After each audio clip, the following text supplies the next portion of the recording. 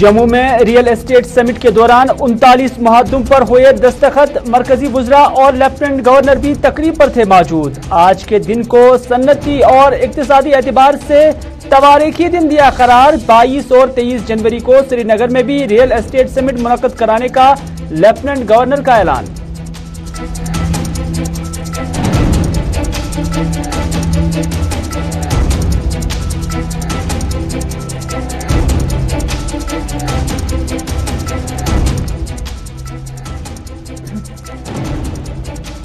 जनूबी कश्मीर में मिलिटेंट सरगर्मियां लगातार जारी। बीजबेहड़ा में आज सीआरपीएफ बंकर पर हुआ ग्रेनेड हमला। हमले में किसी भी जानी नुकसान की इत्तला नहीं। इलाके का फोर्सेज ने किया मुहासरा। हमलावरों की तलाश भी जारी।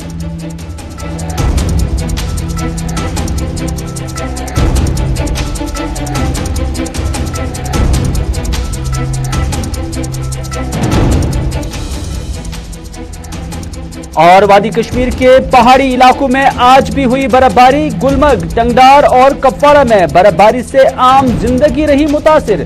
महकमा मौसमियात ने कल से मौसम में तब्दीली का जताया इम्कान। जनवरी के पहले हफ्ते तक मौसम खुश्क रहने की हुई पेशन गोई।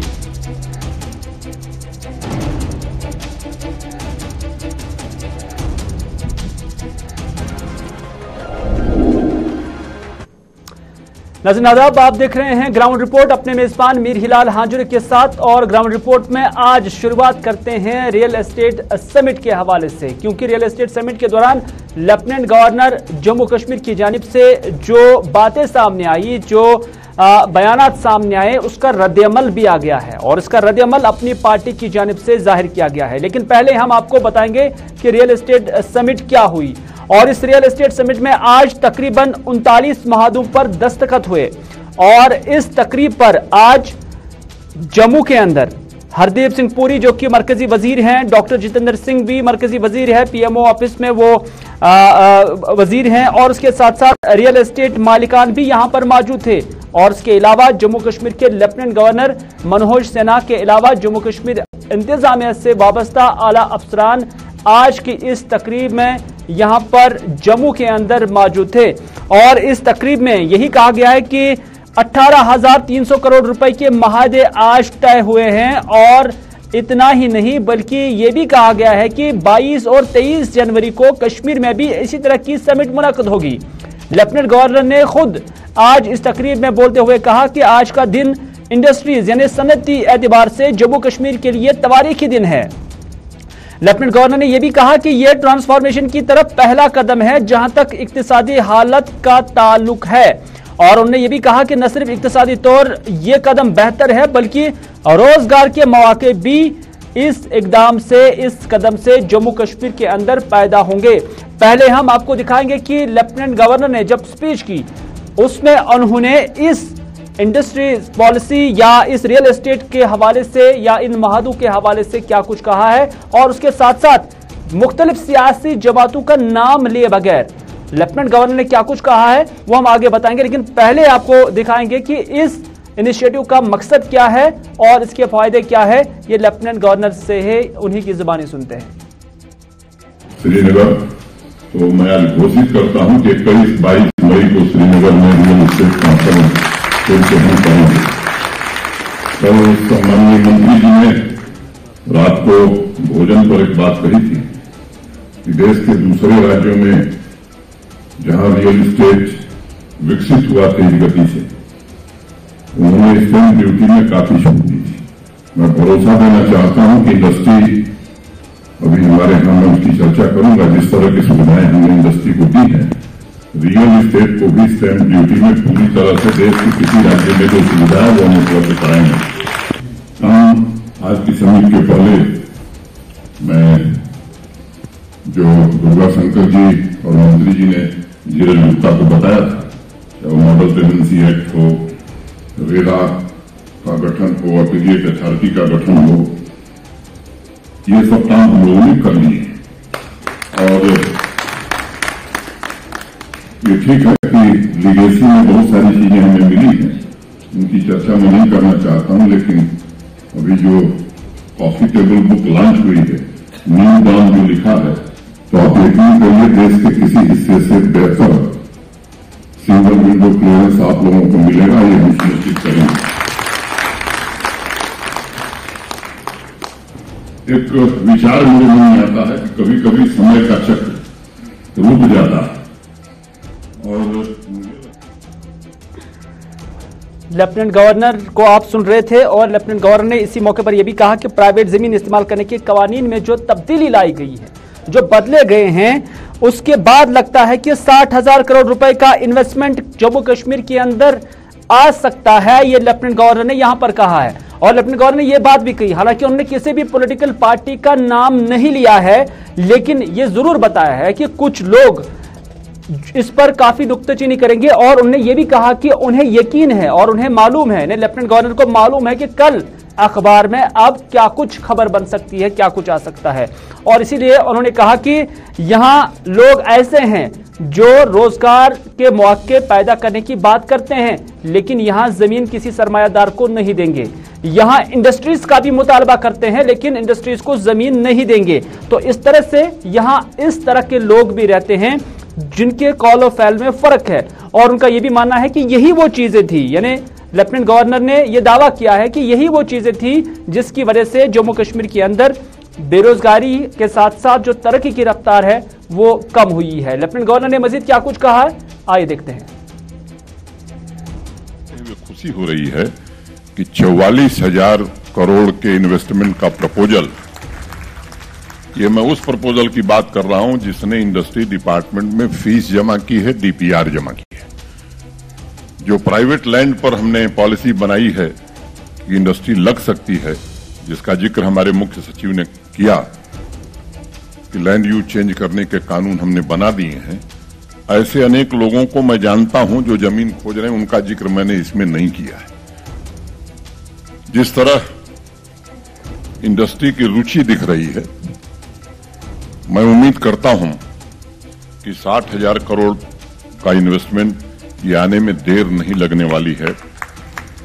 रोजगार भी आएगा, यहां का विकास भी होगा। दिक्कत यहां दूसरी है। कल मैं जानता हूं कि अखबारों में क्या खबर छपने वाली है, इसलिए इसका जिक्र करना जरूरी है। कुछ लोग हैं जो नहीं चाहते हैं कि जम्मू कश्मीर के लोग भी देश के बाकी शहरों की तरह सुविधाएं प्राप्त कर सकें और दोष देंगे कि साहब रोजगार में कमी हो रही है, जमीन मिले नहीं लोगों को और चाहते हैं कि मल्टी स्टोरी बिल्डिंग खड़ी हो जाए। इंडस्ट्री को जमीन दी न जाए और चाहते हैं कि इंडस्ट्री लग जाए। यहां के लोगों को गुमराह करने की कोशिश जो की गई है, मैं ईमानदारी से बात कहना चाहता हूं मित्रों, इसके कारण जम्मू कश्मीर पिछड़ा हुआ है। अगर बेरोजगारी की दर है तो मुझे लगता है कि इसके कारण है। और जिस तरह से देश के लोग रुचि ले रहे हैं, मैं भरोसे से बात कह सकता हूं। लेफ्टिनेंट गवर्नर ने इस मौके पर यह भी कहा कि मुख्तलिफ महकमों में बशमूल पुलिस के जो एहलकार हैं उनके लिए भी सरकार चाहती है कि निवास यानी मकान बने, लेकिन साथ ही साथ उन्होंने ये भी कहा कि हर एक इंसान का एक ख्वाब रहता है कि उसका अपना घर होना चाहिए। उन्होंने ये भी कहा कि कश्मीर के अंदर या जम्मू के अंदर ये पॉसिबिलिटीज बहुत हैं और साथ ही साथ उन्होंने कहा कि कश्मीर के लोग चाहते हैं कि उसका घर जम्मू में हो ताकि सर्दी से, विंटर्स की सर्दी से वो बच सके और जम्मू के अंदर घर बनाकर वो गर्मी का मजा ले सकें। और इसी तरह जम्मू से लेकर मुल्क के दूसरे हिस्सों के लोगों के अंदर भी ये ख्वाहिश रहती है कि वो गर्मी से बचने के लिए कश्मीर का रुख करे और कश्मीर में उनका घर हो ताकि वो अपने आप को गर्मियों से बचा सके। मैं इसकी डिटेल्स में नहीं जाना चाहता हूं, ताहम गवर्नर ने यह भी कहा कि मैं इसकी डिटेल्स में नहीं जाना चाहता हूं, ताहम यह सच है कि हाउसिंग महकमा ने जम्मू और श्रीनगर में स्मार्ट सिटी को लेकर बहुत काम किया है और ये सारी चीजें यही साबित कर रही है कि अब ग्राउंड जीरो पर जम्मू कश्मीर के अंदर बहुत कुछ बदल रहा है। और मुझे लगता है यहां संभावनाएं बहुत हैं। एक तो प्रकृति ऐसी है कि कश्मीर डिवीजन के लोग चाहते हैं कि जम्मू में मेरा घर हो ताकि गर्मियों में हम यहां रह सकें। जम्मू और देश के बाकी हिस्सों के लोग जो गर्मी से पीड़ित हैं वो चाहते हैं कि श्रीनगर में हमारा घर हो ताकि गर्मियों में ठंड का आनंद, हम अच्छे मौसम का आनंद ले सकें। अनेक इस तरह की बातें हैं जिसके विस्तार में मैं नहीं जाना चाहता हूं, लेकिन ये सच है कि पिछले 2 वर्षों में हमारे हाउसिंग डिपार्टमेंट ने भी बड़ी मेहनत से, शिद्दत से काम प्रारंभ किया है और अब चाहे वो जम्मू स्मार्ट सिटी का काम हो या श्रीनगर स्मार्ट सिटी का, अब परिणाम दिखने लगे हैं और मैं कह सकता हूं कि ये इस बात की गवाही दे रहा है।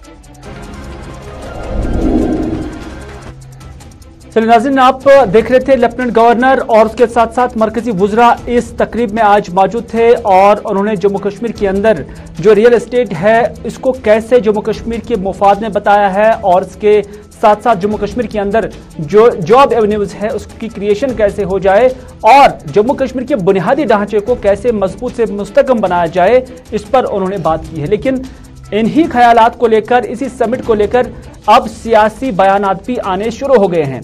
अपनी पार्टी की जानब से सईद मोहम्मद अल्ताफ बुखारी का बयान आया है और ये बयान जो तहरीरन है इसमें उन्होंने कहा कि डोमिसाइल कानून के खिलाफ होने वाली कार्रवाई का हमेशा अपनी पार्टी मज़ाहमत करेगी। एक बड़ी खबर जो इस रियल एस्टेट की जो खबर है आज इन महादों को लेकर अब अपनी पार्टी की जानिब से आ गई है और उन्होंने कहा कि डोमिसाइल कानून के खिलाफ होने वाली कार्रवाई का हमेशा अपनी पार्टी मज़ाहमत करेगी। और उन्होंने ये भी कहा कि बुनियादी ढांचे की जम्मू कश्मीर के अंदर अशद जरूरत है, लेकिन इसके लिए अपने लोगों के इर्द गिर्द ही घूमना चाहिए जिनकी शनाख्त डेमोग्राफी और कानून के तहत खुसूसी हकूक हों। सईद मोहम्मद अल्ताफ बुखारी के दफ्तर से यह बयान जारी किया जा चुका है और उन्होंने ये भी कहा कि अपनी पार्टी जम्मू कश्मीर में तरक्की और खुशहाली को फरोग देने वाली किसी भी कोशिश का हमेशा खैर मकदम करेगी, लेकिन इसके साथ साथ हम किसी भी ऐसे मंसूबे के खिलाफ मज़ाहमत करने का अहद रखते हैं जो लोगों के उनकी जमीन और मुलाजमतों पर खुसूसी हकूक को खत्म करेगा। ये सईद मोहम्मद अल्ताफ बुखारी ने कहा। उन्होंने कहा कि जम्मू सरबराही इजलास के एजेंडे पर सख्त इस्तेस्ना लेते हुए जिसमें जम्मू कश्मीर डेवलपमेंट एक्ट से रियासत के मुस्तकिल रिहायशी की इस्तना को खारिज कर दिया गया है। बुखारी ने कहा कि इस कानूनी जमानत का इखराज जम्मू कश्मीर के लोगों के लिए मुकम्मल तौर पर नाकाबिल कबूल होगा। अपनी पार्टी ने बयान में यह भी कहा है कि वो वाज़ेह करना चाहते हैं कि हम जम्मू कश्मीर में डोमिसाइल कानून के खिलाफ होने वाली ऐसी किसी भी कार्रवाई की हमेशा मज़ाहमत करेंगे। उन्होंने मजीद कहा कि जम्मू कश्मीर को बुनियादी ढांचे की तरक्की की अशद जरूरत है, लेकिन इससे अपने लोगों के इर्द गिर्द घूमना चाहिए। शनाख्त, डेमोग्राफी और कानून के तहत उनके खुसूसी हुकूक होने चाहिए। उन्होंने यह भी कहा कि ऐसा लगता है कि जम्मू समिट इन हालिया कोशिशों की पैरवी है जिनका मकसद जमीन के इस्तेमाल के कवानीन में तब्दीली करना था जो ज़रई अराजी की दोबारा दर्जा बंदी की इजाजत देता है। उन्होंने ये भी कहा कि हम जम्मू कश्मीर की हुकूमत को मुतनव्या करना चाहते हैं कि वो जम्मू व कश्मीर के किरदार और आबादी के हवाले से हलचल से बाज रहे। ये सईद मोहम्मद अल्ताफ बुखारी का पहला रिएक्शन इस इंडस्ट्रियल पॉलिसी या रियल एस्टेट समिट को लेकर आज आई हुई है।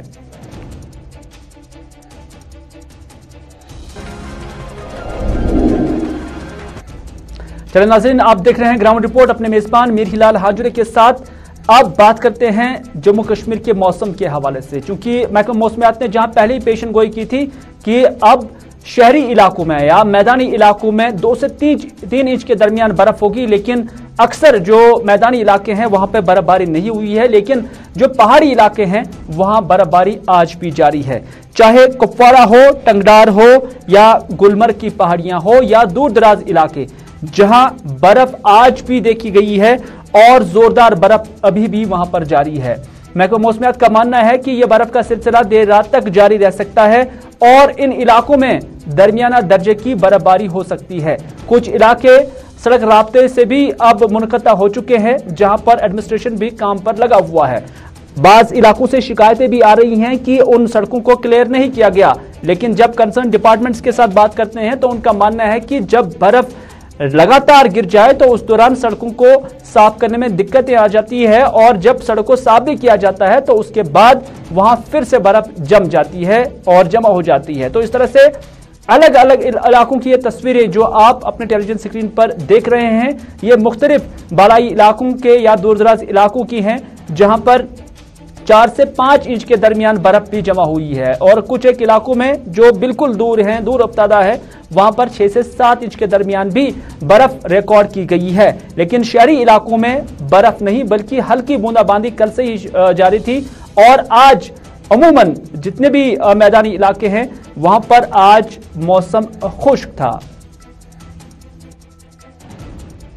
करना की दूर दराज सड़कों की बात करें, पूरी तरह से खास तौर पे जो ऊपरी सतह के जो हिस्से इलाके हैं, नची की बात करें, बागविला की बात करें, टंगधार की बात करें, खोदपारा की या फिर बात करें हम गबरा की, ये सड़कें इस वक्त बंद हो चुकी हैं, ट्रैफिक बिल्कुल जाम हो चुका है। तो कहने की बात यह है कि जरूरतें लोगों की हैं वो दिन ब दिन बढ़ती जाएंगी। अगर 28 तारीख की शाम तक ये प्रेडिक्शन की गई है मेट्रोलॉजिकल डिपार्टमेंट की तरफ से और कल शाम तक जिस तरह से इस समय बर्फबारी हो रही है, अगर कल शाम तक इसी तरह की बर्फबारी रही तो कि शायद 1 या 2 फुट यहाँ जमा हो जाएंगे। तो इसलिए मैं ये कहना चाहता हूँ कि डिपार्टमेंट से, ये जो कंसर्न डिपार्टमेंट है, हमारा जो हेडक्वार्टर ये सारे इलाकों से जुड़ा हुआ है, तो इनसे हमारी मोदबाना दरख्वास्त है कि जो आपने गाड़ियाँ लगाई हैं, बर्फ़ की गाड़ियाँ, तो उनको अलर्ट पर रखें ताकि हमारे जो ये लोग हैं इनको परेशानी का सामना न करना पड़े। और साथ ही अगर हम बात करेंगे बिजली की या पानी की, अगर हम बात करेंगे किस तरह का आपको लग रहा है कि यहाँ जिले कुपवाड़ा में किस तरह के इंतजाम किए गए? हालांकि आप खुद भी जानते हो, इन चीज़ों को आप हाईलाइट करते हो कि ये रोज़मर्रा की बातें हो रही है कि कुपवाड़ा में वैसे भी बिजली नहीं है क्योंकि कुछ दिनों से हड़ताल भी है। चले नाज़रीन, ये हम दूरदराज इलाकों के जहां पर ये बर्फबारी हुई है उनकी तस्वीरें आप तक पहुंचा रहे हैं, क्योंकि अलग अलग इलाकों में जो बर्फबारी की सतह रही है वो अलग अलग रही है और कुछ इलाकों में 2 से 3 इंच और कुछ इलाकों में 4 से 5 इंच और कुछ इलाकों में 6 से 7 इंच के दरमियान बर्फ हुई है और वहां पर आखिरी इत्तला मिलने तक वक्फे से बर्फबारी का सिलसिला जारी था। लेकिन महकमा मौसमियात की जानिब से जो पेशन गोई आई है उसके मुताबिक लगभग जो जनवरी का पहला हफ्ता है तब तक अब मौसम खुश्क रहने का इम्कान है और इस हवाले से महकमा मौसमियात ने कहा है, यानी महकमा मौसमियात के डायरेक्टर सोनल लोटस ने कहा है कि कल से ही जम्मू कश्मीर के मौसम में तब्दीली आएगी और कल से ही मौसम खुश्क रहने के इम्कानात भी जाहिर किए गए हैं। उन्होंने ये भी कहा कि आइंदा दिनों में दिन के अंदर धूप भी खिलेगी जिसके नतीजे में दर्जा हरारत बढ़ेगा, लेकिन रात के दौरान ये टेम्परेचर कम रहेगा। और साथ ही साथ आपको याद होगा कि महकमा मौसमियात ने हाल ही में पेशन गोई की थी कि शहरी इलाकों में भी 2 से 3 इंच बर्फ पड़ सकती है। खासतौर पर जो शहरी श्रीनगर है यहां पर भी कहा गया था कि 2 से 3 इंच बर्फ पड़ सकती है। तहम इन पेशन गोइयों के बावजूद शहरी इलाकों में और खासतौर पर शहरी श्रीनगर के अंदर सिर्फ बूंदाबांदी हुई है। 26-27 को एक वेस्टर्न डिस्टर्बेंस था जिसकी वजह से 26-27 को मौसम उबरआलूद रहा है। अभी भी उबरआलूद थी जम्मू कश्मीर और इंक्लूडिंग लद्दाख। तो काफी जगहों पे मैदानी इलाकों में हल्की, कश्मीर और जम्मू के मैदानी इलाकों में हल्की बारिश हुआ है कल। काफी हल्की थी, ज्यादा नहीं थी, और पहाड़ी इलाकों में दरमियान दर्जे के बर्फ हुआ है। तो कहीं से भी कोई हेवी स्नोफॉल का रिपोर्ट नहीं आया है, कहीं नहीं हुआ है। इंक्लूडिंग इवन लद्दाख में भी आज, कल और आज 2 दिन कंटिन्यूसली लेह में हल्की बर्फ हुआ है, ज्यादा नहीं हुआ है। तो अभी मौसम ऐसे ही रहेगा। आज भी उबरआलूद है, कल से मौसम अमूमन ठीक रहेगा, यानी कि 28 to ending December up to first week of Jan मौसम अमूमन ठीक ही रहेगा। दिन में धूप आएंगे तो जिसकी वजह से दिन का दर्जा हरारत में इजाफा होंगे आहिस्ता आहिस्ता, और स्काई क्लियर यानी आसमान साफ होने की वजह से मिनिमम टेम्परेचर कम से कम दर्जा हरारत में गिरावट आ जाए। अब बात करते हैं जनूबी कश्मीर की। जनूबी कश्मीर में पिछले कुछ दिनों से जो मिलिटेंट कार्रवाइयां हैं या मिलिटेंट सरगर्मियां हैं वो सर चढ़कर बोल रही है और इस तरह से आज भी बीजबेड़ा के आर्मनी क्रॉसिंग पर ग्रेनेड हमला हुआ और यहां सीआरपीएफ के बंकर को निशाना बनाने की कोशिश की गई। ताहम ये जो ग्रेनेड यहां पर दागा गया वो बैंकर का निशाना चूकर सड़क पर जा फटा, जिसके नतीजे में यहां किसी भी जानी या माली नुकसान की कोई इत्तला नहीं है। ताहम जो ही यहां पर यह धमाका हुआ उसके बाद फोर्सेस की जो अलग अलग विंग्स है वो एक्टिवेट हो गई और उन्होंने पूरे इलाके को मुहासरे में लिया और आखिरी इत्तला मिलने तक हमलावरों की तलाश जारी थी। इस वक्त हम बिल्कुल उसी जगह पर है जहां पर अभी कुछ देर पहले मिलिटेंटों ने सीआरपीएफ बैंकर को निशाना बनाया। हालांकि निशाना चूक गया है। जोरदार आवाज में धमाके की आवाज सुनाई दी गई। उसके बाद कुछ वक्त के लिए ट्रैफिक को रोका गया और इस वक्त ट्रैफिक की नकल हमल जो है वो जारी है इस शाहराह पर। लेकिन सीआरपीएफ के बड़े अहदेदार यहाँ पर पहुंचे, उसके साथ साथ पुलिस के बड़े ऑफिशियल्स ने भी यहाँ आके इस जगह को देख लिया और बताया यही जाता है कि ग्रेनेड जब यहाँ पर दागा गया उसके बाद वो वहाँ से रफू चक्कर भी हुए हैं। लेकिन उनको ढूंढने के लिए सीआरपीएफ और जम्मू कश्मीर पुलिस के एहलकार जो है अभी भी इलाके में मौजूद है, क्योंकि ये नया नेशनल हाईवे है और इस नए नेशनल हाईवे पर ये निशाना। नाज़रीन, अब बात करते हैं बारामूला की, जहां पर आज जीएमसी बारामूला में एक हादसा पेश आया। दरअसल यहां ऑक्सीजन प्लांट के साथ ही जो पावर का एक पैनल लगाया गया था उसी में एक फॉल्ट आया, जिसके नतीजे में यहां पर काम कर रहे 2 टेक्नीशियन जख्मी हो गए हैं। और इन जख्मियों को जहां पहले ही इलाज मुआवजा मज़कूरा जीएमसी में ही फराहम किया गया, तहम यहां इन जख्मियों के साथ साथ इनके लवाहिकीन का मानना है कि ये जो पैनल यहां पे लगाई गई थी वो गैर मयारी और नाकिस थी, जिसके नतीजे में इसमें ये फॉल्ट आया। और उन्होंने ये भी शिकायत की कि इससे पहले भी यहां जो मुंतजमीन हैं उनसे कहा गया था कि इस तरह का फॉल्ट यहां पर आया है और यहां पर मयारी चीजें लगा दी जाएं, ताहम उस पर कोई गौर नहीं किया गया। और इस दौरान जब 2 शख्स यहां पर 2 मुलाजिम जख्मी हुए तो फिर उन्होंने ये भी इल्जाम लगाया है कि उन्हें यहां सही इलाज मुआवजा फराहम नहीं किया गया।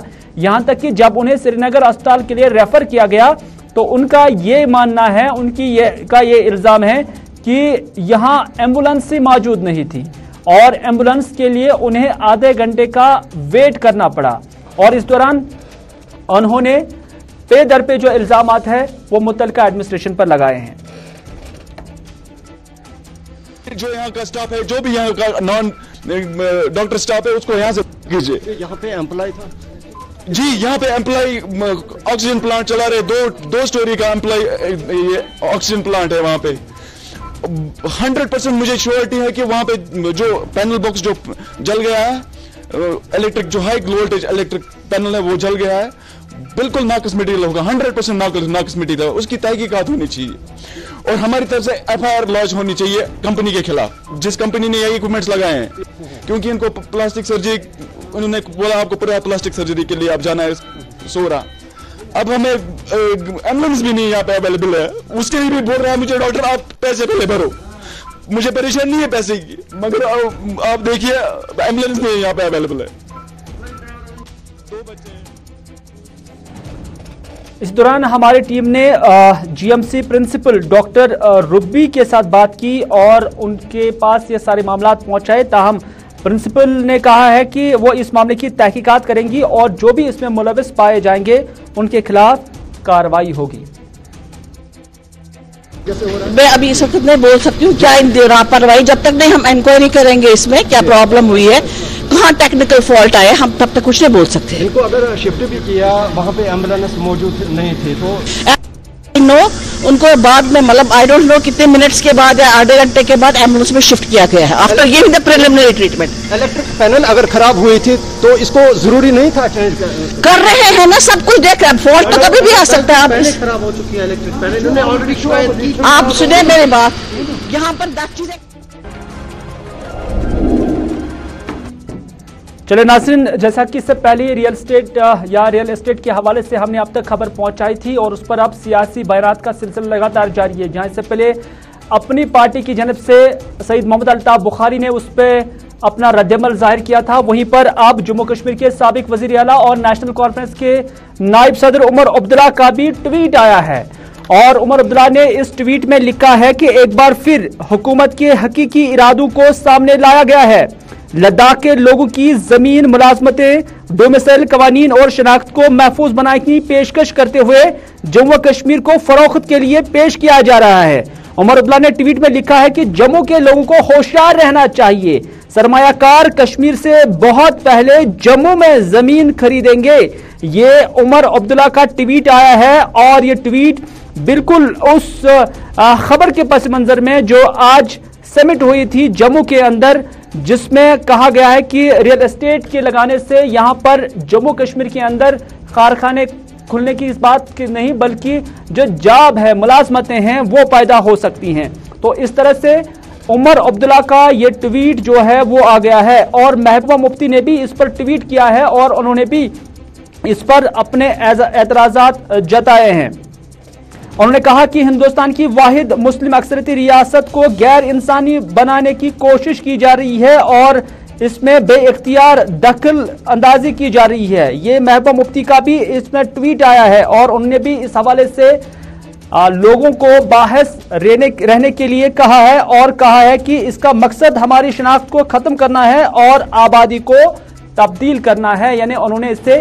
डेमोग्राफिक चेंज के साथ अब मंसूब किया है। तो इस तरह से जो ही आज लेफ्टिनेंट गवर्नर ने पहले ही कहा था कि उन्हें मालूम है कि इस मामले को लेकर कल खबर क्या आएगी, अखबारात की सुर्खियां क्या बनेगी, तो इस वजह से उन्होंने कहा था कि जम्मू कश्मीर के अंदर ऐसी पार्टियां, उन्होंने पार्टी का नाम लिया था लेकिन कहा था कि कुछ लोग ऐसे हैं जो यहां इंडस्ट्रीज का मुतालबा तो करते हैं लेकिन जमीन नहीं देते हैं। और साथ ही साथ ये भी कहा था कि यहां रोजगार के मौके पैदा करने की बात तो करते हैं लेकिन उसके बाद सरमायाकारों के लिए जमीन नहीं देते हैं, एवेन्यूज नहीं देते हैं।